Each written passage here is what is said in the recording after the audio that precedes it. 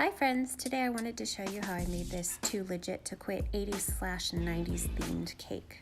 First, I stacked all of my cake layers. I made these layers different colors just for fun.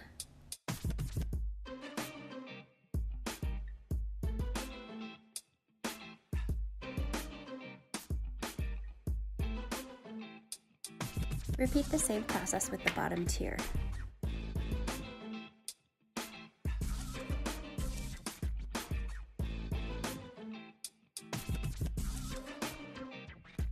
I trimmed off the edges of the cake, mostly just because you probably know I ice my cakes upside down and I didn't want them to extend out past the cake board. It also looks nicer without the brown. Add a thick layer of dark chocolate ganache to the top of the cake. Place your wax paper over the top of that and a cake board over the top of that. Flip the cake upside down. Make sure everything is level and then smooth the chocolate ganache up the sides of the cake. Add more chocolate ganache to cover the sides of the cake completely and then smooth them with your bench scraper. Do the same thing with the next tier.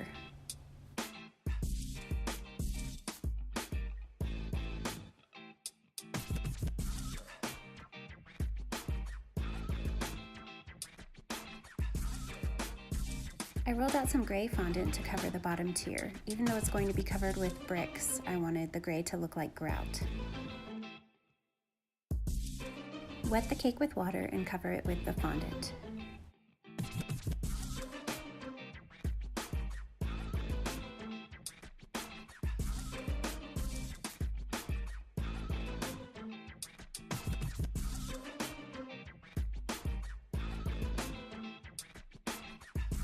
Trim off the excess fondant and start smoothing.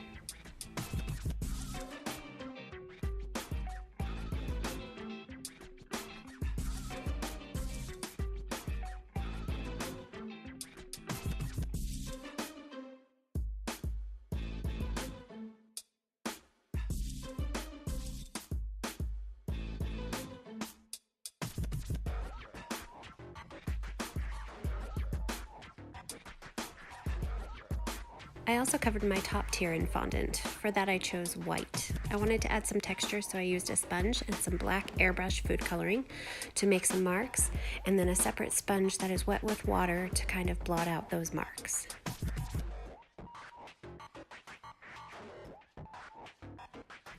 You can use a wadded up piece of foil to sort of add some texture to the fondant as well. I also loved how it kind of pulled back up some of the color. I did the same thing with a paper towel and then added some more color here and there. I just kept going until it looked the way I liked. You can really feel free to experiment to get the look that you're going for. For this, I chose white and blacks mostly. I liked the way it sort of looked like cement mixed with maybe acid wash.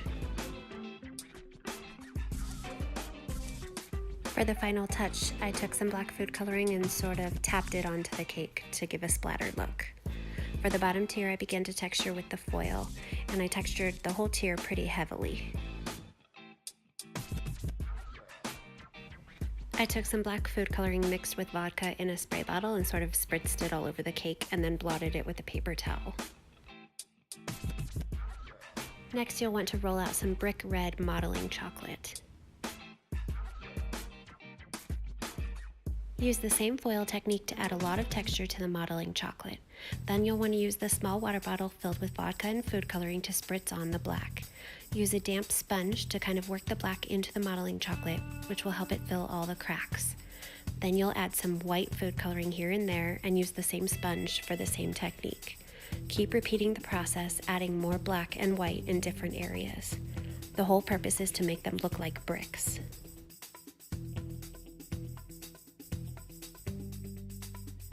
Use a quilting ruler to cut strips in the sizes that you would like your bricks to be.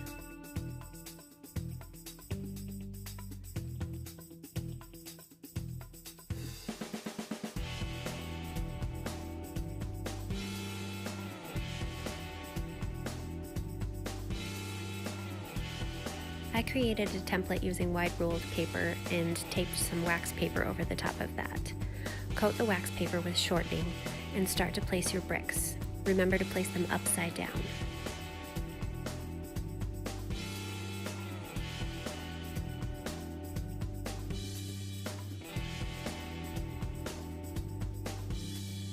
If you need to trim the top bricks, you can do it before you place them on the wax paper or after you place them on the cake. Coat the backs of the bricks with piping gel. Place the wax paper up against the cake and gently press the bricks into the side of the cake, making sure you touch each one. Very carefully pull the wax paper away from the bricks. You might have some fall like I did, or have to straighten some after placing them on the cake. Repeat this process until the whole cake is covered with bricks.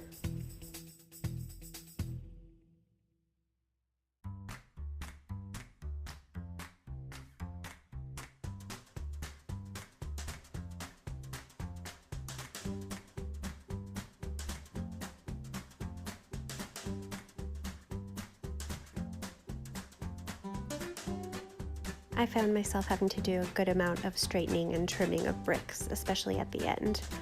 As to whether or not the wax paper transfer method is the most efficient way to do this, it's still debatable to me. I might have had a better luck just placing the bricks on the cake one by one.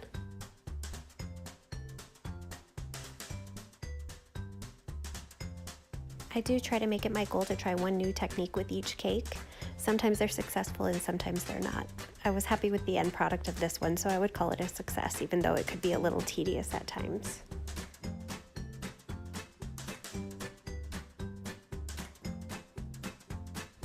I printed an edible image of shutter glasses and cut out the image and attached it to gum paste, and then set it aside to dry.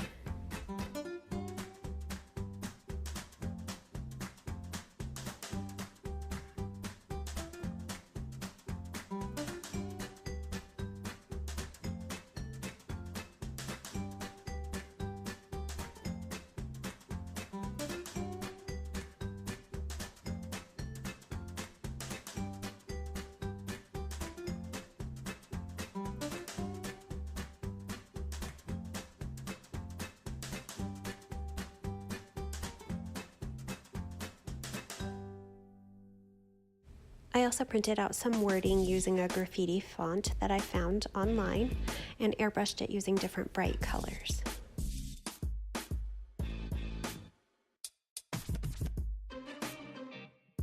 I cut out the wording using a scalpel tool.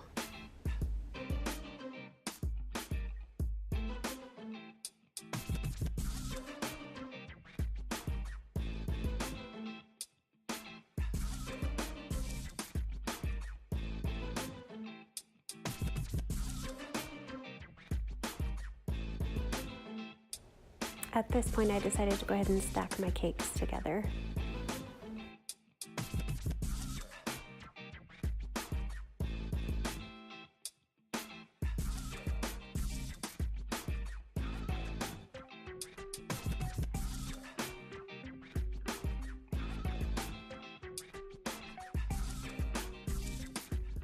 Attach the edible images using piping gel.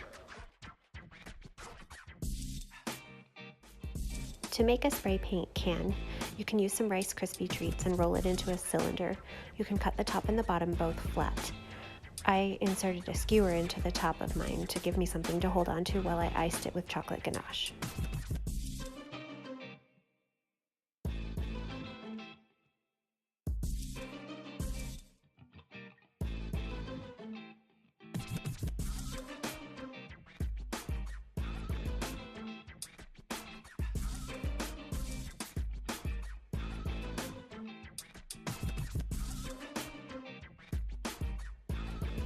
I put my cylinder into the fridge to set up just a bit, and then I could remove the skewer by twisting it gently.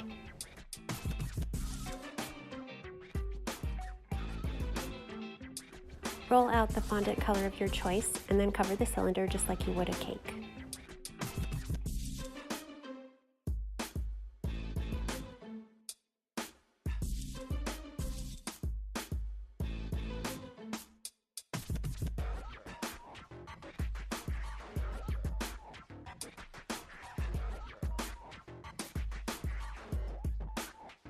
To make the gold chain, I cut out letters spelling the birthday boy's name. Then I glued them to the cake using candy melts. With piping gel, sometimes the letters slide just a bit, and I didn't want to mess up my beautiful texture. While I had the candy melts already melted, I went ahead and glued on the shutter glasses.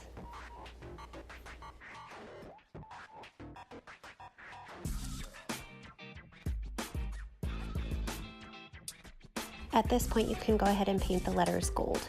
I didn't do it before placing them on the cake because the gold is just such a mess.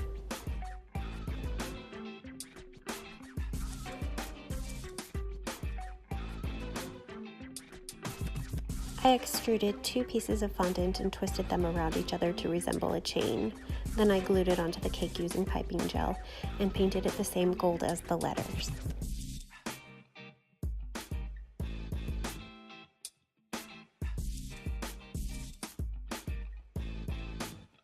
While I had my extruder out, I went ahead and extruded a piece to wrap around the bottom of the paint can. I also extruded a piece to wrap around the top, as well as the nozzle. To create the top, I rolled out a piece of white fondant with a slight dome shape and then cut it with a circle cutter. I placed it on top of the spray paint can and then used some shortening to sort of smooth it down into the shape I wanted. Then I attached the pieces I had extruded earlier, as well as the nozzle, which I created just to look like a normal spray paint can nozzle.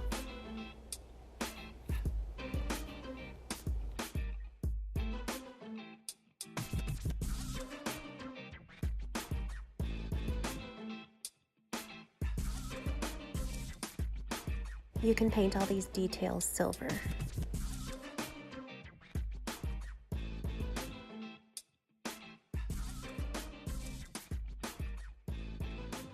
At the very last minute, I attached a logo to my spray paint can just for a finishing touch.